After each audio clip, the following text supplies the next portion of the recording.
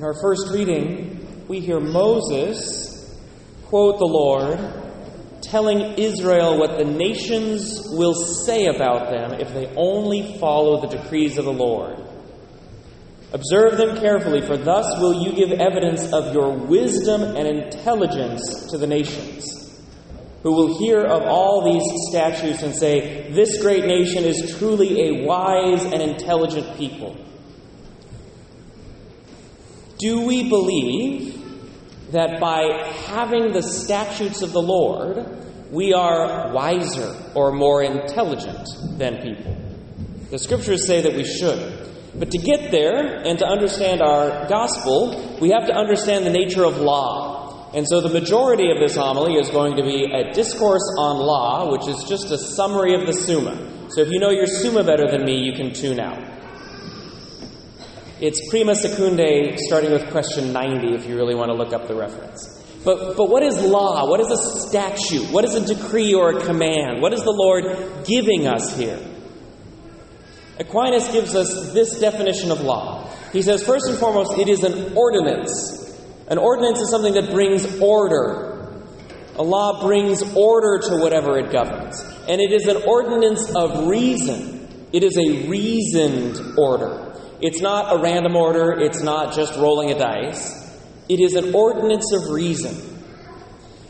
Always from a reasoned individual, usually to and for a reasoned individual. It is for the common good.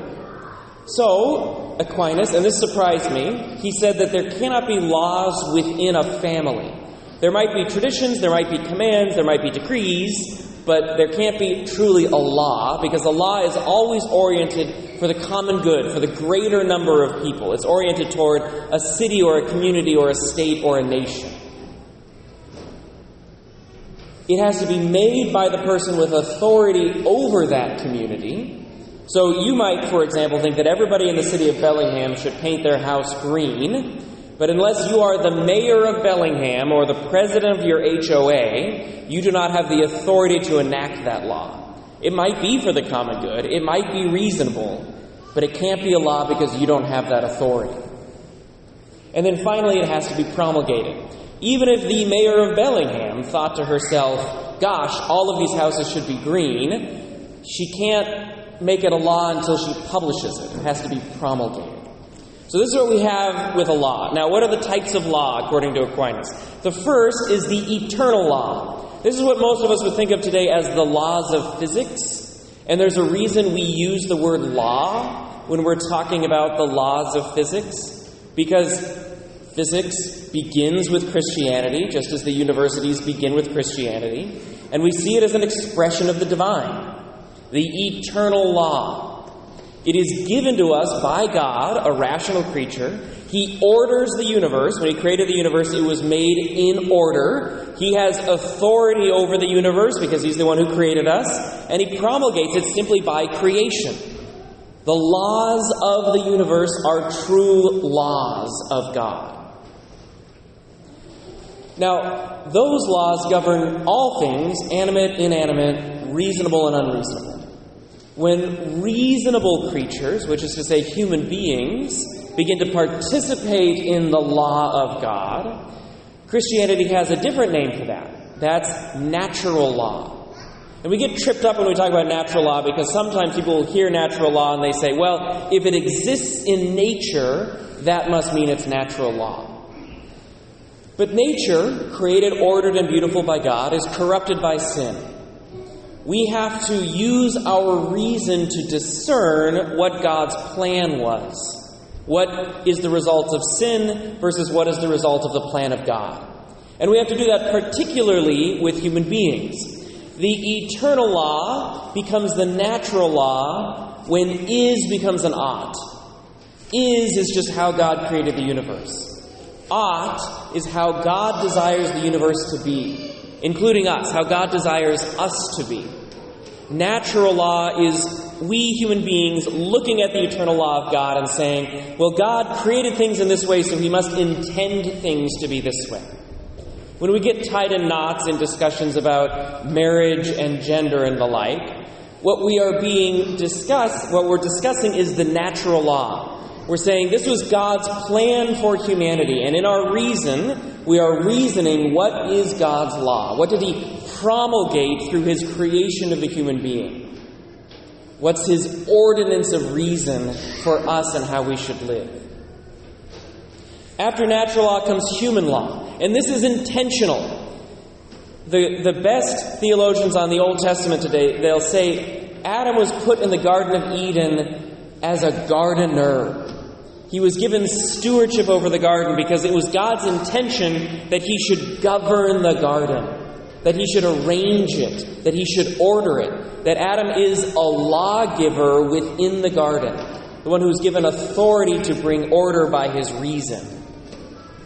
And that continues today with human governments. It is God's will that there should be human governance. God is not an anarchist. He believes that we should have human communities with people in authority. Sometimes it's a monarchy, sometimes it's a democracy, whatever else. But people in authority who use their reason to bring order to the human community. And what's amazing about human law is that it is diverse. Eternal law is true for everybody. The laws of physics don't change regardless of where you are in the universe. Natural law is true for everybody because human nature is universal amongst humanity. But human law can and should change. We should expect that China will have different laws than the United States, will have different laws than Brazil. And that's okay, because God gives authority to local communities that they can respond to local needs in a local way. It's still a law. It is still in accord with the will of God. These laws have to answer to eternal law. They can't break the laws of physics or require things that physics wouldn't allow. They have to answer to natural law. The law cannot require something that opposes the nature of human beings. But we can have local, diverse, human laws. That's okay. That's good. That's good. And then the fourth type of law on top of all of that is what's called divine law. All of this is divine law. But what Aquinas means by divine law is this is the Scriptures. This is revelation. Eternal law, natural law can be known by all people, just by observation. And then human law is implemented by all people. But divine law adds to that. There are things that we maybe couldn't know through our reason. Or there are things that confirm the natural law where it might be muddied by our reason. We're not quite seeing the world right. Our sin has blinded us to something. And so God has revealed Himself in the Scriptures to the Jews, and then later through His Son. He has revealed Himself and given us divine laws, additional laws, laws that we have to observe. You might think, for example, about the laws of worship. It is the natural law that all human beings should worship their Creator. That's obvious in human nature that we have a relationship with our Creator of worship. But it is divine law that we should worship God in this way. You can't just reason yourself to the Mass. You need Jesus to tell you that He is the bread of life before you can get there. That's divine law. Now, taking all of this, we can begin to understand our first reading in our Gospel. We can begin to understand why Israel looked so wise and so intelligent in the face of the nations. All nations had access to the eternal law and the natural law, but not all nations had access to the divine law. Israel had extra information about the nature and the love of God. They were living out the dictates of the Lord in a way that was more powerful and more correct than just those with access to the natural law. By following God in this way, Israel showed itself to understand the nature of the universe and God, and they were attractive to people. Now, when Jesus comes along and He has a discourse with the Pharisees, He is not criticizing them for having divine law. He's not criticizing them for following the Old Testament, for doing what God asked them to do. But what He's doing is He's making a change. He is internalizing the law. The best metric I can give you for this comes from a 20th century philosopher named Alistair MacIntyre. He wrote a book called After Virtue, which is, I think, one of the most important philosophical texts of the 20th century. And in it, he talked about the governance of a community, right? Laws oriented toward the common good, so it's always for the governance of a community. And he says if you're governing a community, there's two ways in which a community works. One is law. Law, he says, is the minimum standard. It's saying if you break these rules, then you are apart from the community, and you have to reconcile before you can be part of the community again. So think, for example, of parking laws. Right? You park in the wrong place at the wrong time, you get a $75 ticket. You have to pay your fee before you are reconciled with the community again. Right? That's a law. It's a minimum standard. But MacIntyre makes the point that a community works best if it's not focused on the laws, which are necessary, but instead are focused on virtue. That a city is more cohesive when the people have a common goal. We are a city that is oriented toward whatever, right? Oriented toward excellence, oriented toward justice, oriented toward economic activity. That common goal causes people to aspire together towards something. The laws are necessary because there might be offenses that damage the community so much that somebody has to be removed or punished before they can be returned to the community. But we get really mixed up, and this is Jesus' point in the gospel, we get really mixed up when we treat the laws as the virtues, or we treat the virtues as the law. What do I mean? A lot of times in the United States today, in our democracy, we legislate morality through law. We say, I want everybody to do this in this specific way. Think, for example, of housing code. Housing code, there are so many different things that a contractor has to respect just to build a house. That's why we don't have a lot of new construction, why you have a housing crisis, right? There are so many codes they have to follow. And all of these laws are in place because at some point somebody did wrong, at some point some house fell apart around somebody, at some point there was an injustice. And so then we begin to regulate everything. But the virtue is dignity and care. We want people to live in dignified spaces as best as we can according to their economic ability. That's what we want. We want a virtue, but to reach that virtue, we legislate everything. We have laws for every single possible thing that could go wrong. And we get mixed up, because if we legislate morality through law, you're never going to create moral people. It doesn't work. And if we think, I am moral because I follow the law, we're wrong. The virtue is aspirational. If we aspire toward dignity, not only will the houses be dignified, but maybe the houses would be beautiful. Maybe we would actually build towards something worthy and worthwhile, because there's this greater thing that's above us. And we're not just looking at the minimum standard. If we go beyond the minimum standard, there's something better for us. This is Jesus' critique of the Pharisees. They think that they are saved by meeting the minimum standard of the law. And Jesus says, no, there is law. It's important. There are other Gospels where Jesus says, I'm not going to get rid of the law. I'm here to fulfill the law. The law stays. But don't live for the law.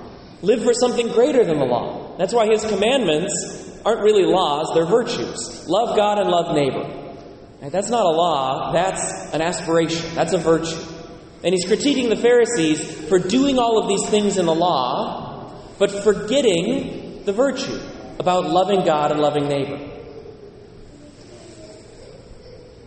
It's an important critique for us as Christians. Because here are the two applications points about this. Many Christians today, because of the way they learned their faith, because of the way we catechize children, many Christians have learned to live for the law, which is to say to live focused on avoiding sin. We should avoid sin. Sin is bad. Sin is a sin against God, it's against community, right? We should go to confession. These are important things. I'm not saying we should ignore sin. But if our Christianity is defined only by not breaking the minimum standard, then what are we living for? We're living for the minimum standard. Our focus is on the minimum standard. Instead, Christianity is aspirational. God and Christ call us to something great. We want to say, I'm a Christian hero. I'm going far beyond just not sinning. I am loving God in sacrificial and devotional ways. I am loving my neighbor in ways that they do not ask for or expect. I am living for something great and high and elevated. I am trying to be like Jesus on the cross, giving my entire self to God and those around me. That's an aspiration. That's a virtue. It cannot be legislated. I cannot tell you every little thing that you're supposed to do to be a good Christian. I can tell you the minimum standards, right? Don't break these. That's a sin. Don't do that. But that shouldn't be our focus. And in fact, if we live for the virtue, if we live for the aspiration, then the sins take care of themselves. It's very hard to sin when we're focused on loving the person in front of us. It's much harder to sin when we're living as a Christian hero, as a saint. The sins end up falling away because you don't have time for it. You're too busy being virtuous.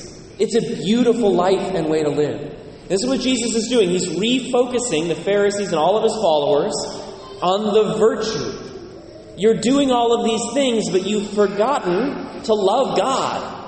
You've forgotten why the law exists. I would challenge you with your families and friends, when you're calling them to faith, when you're inviting them to a relationship with Jesus, are you focused more on the minimum standard, on the sin, or are you focused more on the virtue?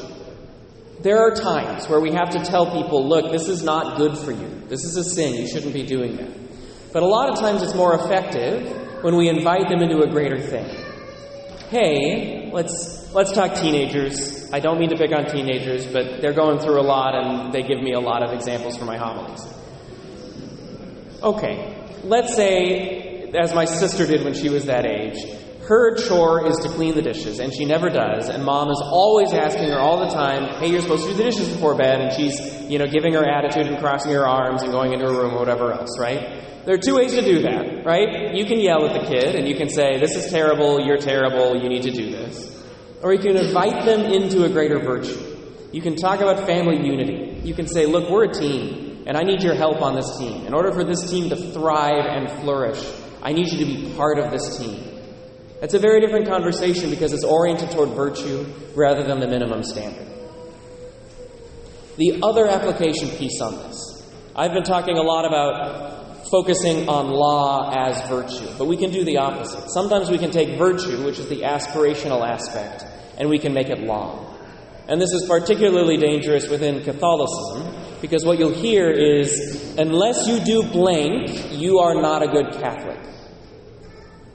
There are some things where that's true. The church has a whole body of law. We have canon law, and I love canon law, and it's great. And I will talk to you about canon law for hours if I had it. But laws are the minimum standard. Virtues are the aspiration. So if we have a virtuous thing that we make into a law, we've inverted things again. A couple examples. Devotions often do this. I'm going to use the rosary, not because I don't like the rosary, but because it's a common devotion that we all know. But it is not required by the church to be Catholic. So somebody might say, I have really found the rosary to elevate my life. My life is so much better because I pray the rosary every day. I feel closer to the Mother of God. I feel closer to Jesus. I have this built-in daily contemplation. I am more virtuous with my family. Excellent. Amazing. And I should hope, as a Catholic, you can tell that story to your fellow Catholics. You can invite them into something that is aspirational. I'm inviting you to pray the rosary because it's really good and it's really helpful. But we go wrong when we say, if you're not praying the rosary every day, you're a bad Catholic. Right? You can see how the virtue became a law, how an aspiration, an invitation, became a condemnation. That's what the Pharisees are doing here. Pharisees have these human laws, these aspirational things where in order to stay clean before God, they do extra cleanings. They clean their beds and their kettles and whatever else. Not required by God, but a built on to that. They could have invited Jesus and said, look, we find this to be very helpful, like, let's do it to show our reverence and devotion to God. But instead they condemned him and his followers. And they said, well, you're not doing this extra thing that we do. How dare you? You're not a good Jew. Do we do that as Catholics? Do we take something that we think is good and then say, unless everybody does it, they're a bad Catholic? We shouldn't do that. It's going to turn people off. It won't evangelize. It condemns. There are beautiful things we should invite people into. but we should see it as an aspirational virtue that we are inviting them into, not as a minimum standard we are condemning them not to meet. My friends, if it's not obvious, because I've gone for 20 minutes, which is a huge sin against the community, and I will have to confess it. I love law. I think it's an important part of our faith. I think it gets a bad rap all the time. But in order for law to be the wisdom of God, in order for it to be what He promised Israel it would be, which is a light to the nations that attracts them, we have to put it in its proper place. Do we understand what is an eternal law and a natural law that is binding on all people? Do we understand what is a human law? Do we avoid elevating that human law into the realm of natural law?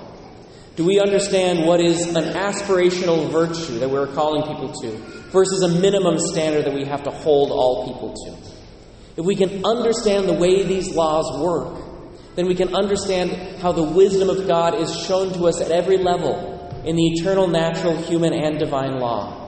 We can understand how God calls us to something great and beautiful through invitation to virtue, and how He protects our community through the minimum standards of law. In all of this, we can find wisdom and salvation.